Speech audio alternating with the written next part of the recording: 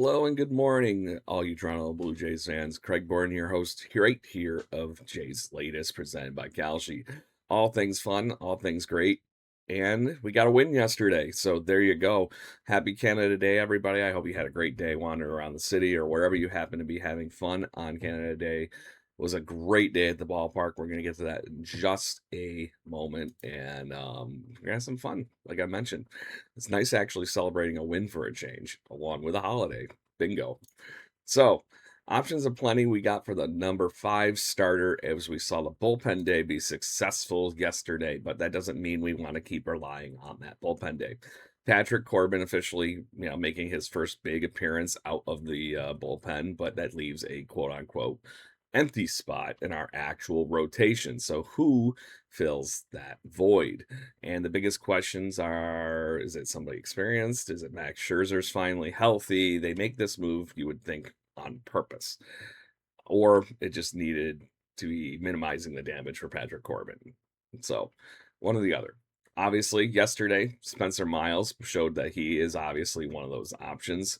The Rule 5 draft pick is been doing great this season. It'd be very good to see him in that same chance again. He had one already earlier in the year. It didn't go quite as well with him being the starter, not the second opener.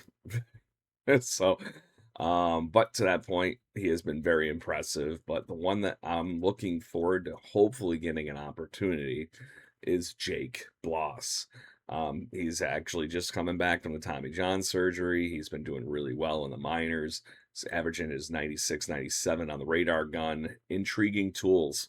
This is the gentleman that we got in trade from Yusei Kikuchi going to the Astros. So this would be us getting something from recent trade history back in the right direction.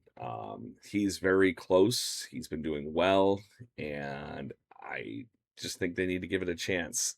You know, one of those pieces to that puzzle. And I believe he's already on the 40-man roster now. So it's already that easy too, because he's quote unquote returning from injury and just could be a nice option that Blue Jays fans forget that is actually roaming around our minors because he has not gotten a chance and he's returned from Tommy John surgery, but he has clearly learned how to ramp it back up. Chad Dallas is the other internal option, and the Blue Jays could use him to keep doing what he's been doing because he did really good in his one start, and I think they deserve another chance too. So Chad Dallas continues to unfortunately still be in that 4 inning ballpark with his how many innings he can eat up. So it is kind of like an opener plus. I guess it is what it is. So, but really cool to see that if Chad Dallas could do that. And the interesting part about Chad Dallas is that his start actually lines up perfectly with this spot for the Blue Jays again, because he actually pitched the same day yesterday as anybody else. So intriguing option there. The other one, obvious return, Max Scherzer is paid a giant pile of money, not as much as he was last year, but he received a cortisone shot not that long ago. He is ramped up with bullpens. He is looking to get to simulated games in the very near future. The biggest catch is that it's assumed that he would go for a minor league start, come back up, do all the song and dance and everything to that point. So if he gets those rehab starts, he's still a few weeks away. If not, he jumps right into the rotation spot here, probably pretty likely. I think we're 2 or 3 starts away from that, though. So basically, the All Star break at the end of July. And who knows what else happens between now and then, because there's got to be a trade at some point. And if the Blue Jays continue to hit the throttle like they did yesterday, the Blue Jays are going to be buyers. But the offense has to start doing something. And we'll talk about the key to that success here in just a moment. So, if you have not been on the platform yet and you've taken advantage of the Fan Arc Baseball fun that we have here on Kalshi, this is your opportunity. You get a little bit of bonus in your pocket for your first trade. And it's a pretty fun platform. Unfortunate reality is today there is no Blue Jays game that you get to play with because there's just no Blue Jays baseball today. We finally have an off day. And as that kind of compounds, it's like, okay, well, then who does Craig get to show off today and show on this? And I've been looking around and trying to figure it out. And I think the easy one to talk about is that Bill Lazarowski for the Brewers is a freak of nature. and all things pitching. The guy's got literally a thunderbolt for a right arm. So Mizorowski has got the Milwaukee Brewers favorite 64 to 36% advantage, as you can see here on the screen, against the Cincinnati Reds. Reds are having a rough time at it. Mizorowski is not the guy they want to run into as the Brewers continue to do Brewers things and get toward and lead the division. So I'm going to roll right down all the way back down here. The usual, hit the player prop, hit the strikeouts, and man, Mizorowski's been like averaging 10 strikeouts. Do I just make it 10? Yeah, let's put a buck on 10. Let it fly. That would trade to $2.04 and go from there. But Mizorowski has been incredible. So against a meeker Cincinnati Reds lineup, who knows what he gets? They strike out a lot, party people. Sorry, on screen. So that's what that looks like. It's how it works. It's very simple, very easy to use. The interface is honestly quite clunky, quite clean, and you get to see how the progress moves as the game progresses. Which, because on Kalshi, you're trading against your peers in a live market, meaning there's no house. And as the probabilities change, you get to buy in and out of those positions.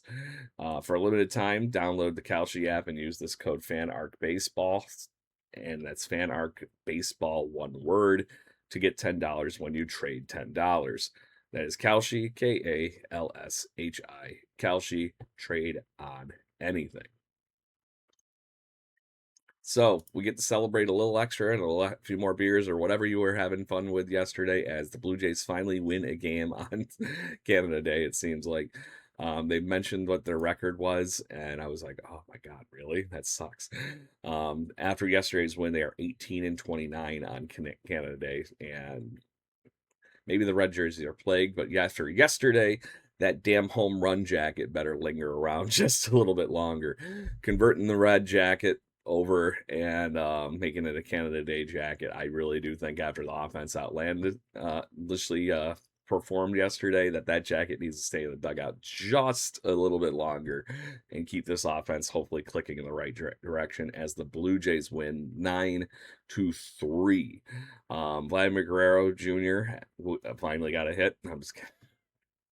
It just seems like forever I've been able to say that, so I wanted to make sure I threw that one in there. It was a double. Finally looked like it had some extra, meat behind it, and as he powers that one in, Vlad would eventually turn around and score on that as well. But yesterday, it was a very big offensive day for the Blue Jays, as it starts off in the weirdest of places with Kazuma Okamoto. Ball that turned into a single. Sorry. As Francisco Lindor just could not get the ball to home or first base quick enough to get him out. Nathan Lucas scores on the play. Blue Jays on the board right off the bat in the bottom of the first. Move on to the third. Ernie Clement, looking studly in a wonderful Canada Day jersey, takes an opposite field gap double. His 22nd of the season, that ties him for first in the American League with doubles, and it scores Okamoto and moves everybody around, setting the table perfectly for DH Sean Keys. Keys gets a ball that honestly just shows off his power, where he ends up hitting this baseball. Low and outside, goes with the pitch, knocks it into the opposition bullpen in left field, 95.6 miles an hour off the bat, 349 feet. Like I said, Taco. Like I said, Keys has all the power and potential in the world. This might be the chance that he gets to play with George Springer on the IL. DH spots are going to be open. And not to mention now he can play back and forth there with Vladdy or somebody. 3-run home run puts the Blue Jays up at the time 5-0. Very, very cool. Finally saying in that. Bottom of the seventh, Blue Jays continue to tack on runs. Dalton Varsho signals and gets Vladimir Guerrero Jr. to come in, as I had mentioned, from that double. It's a little ground out, but it puts the Blue Jays up 6-0. And then Miles Straw, after the bases get a little bit more juiced, Dalton Varsho and Alejandro Kirk come in on a 3-run home run by Miles Straw. one of the harder, ones that was easily brought around here, I guess. 96.9 miles an hour off the bat, almost 400 feet in the left field. A towering blast from Miles Straw. So very cool to see. Eventually, the New York Mets start to get back into this game a little bit against Patrick Corbin in the bullpen. Blue Jays at the time of the Straw home run were winning this game 9-0. They turn around and lose 3 on 2 home runs. One to Carson Benji, his 10th home run of the season. It was honestly hit really damn hard. 103 miles an hour off the bat, almost 104. Dead center, 406 feet. And yes, monster shot. Creeping back into it. Patrick Corbin would then in the 9th, because why wouldn't you just leave Corbin out there to do what he was doing with that kind of a lead? Francisco Lindor hits his first home run from the right side of the plate this year, just coming back from the IL as well. 4th homer of the season for him. 3-9 would be your final score for the Blue Jays versus the New York Mets. So Blue Jays still 5 games below 500 and still trying to figure this thing out. Major credit and props to the bullpen yesterday. Braden Fisher got the start. Perfect clean inning for the first one. Only allows a walk while striking out one.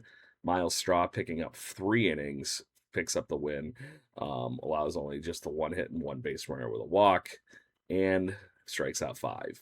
Makes that case for that starting pitching performance pretty well there. But then Patrick Corbin picks up the rarest of rare 5-inning saves. His first of the season. 4 hits, 3 earned runs, 5 strikeouts, while the 2 home runs being the majority of it. And the crazier thing is, the first 3 innings he cruised. So maybe there is something to him being in the bullpen with that veteran presence of what he can bring to maybe bringing up the rest of the bullpen. We'll see where that goes, but that's going to be a very, very interesting development for the Blue Jays going forward. So, Sean Keyes, by the way, can't wait to see more. It's that time of year, Blue Jays fans. You get to invade Seattle for the West Coast road trip.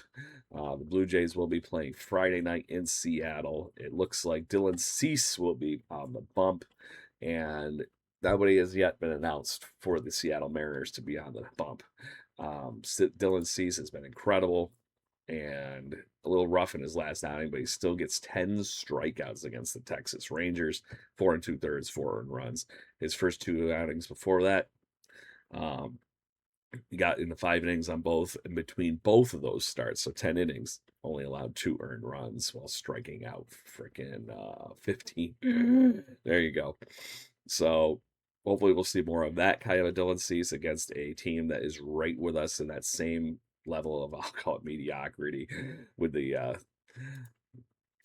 Seattle Mariners. They're slightly in that ballpark where they're literally just over the 500 mark right now, but they, a week ago, same idea as what was going on with the Blue Jays. They're 44-43 currently to the Blue Jays 41-46, and currently securing a wild card spot. It's that time of year. Gotta get going. No more bullshitting, no more stupid, no more this, no more that. The Blue Jays have to find a way to turn it on so they can find out if they're going to pour money into this team, which I think they're going to do potentially anyway.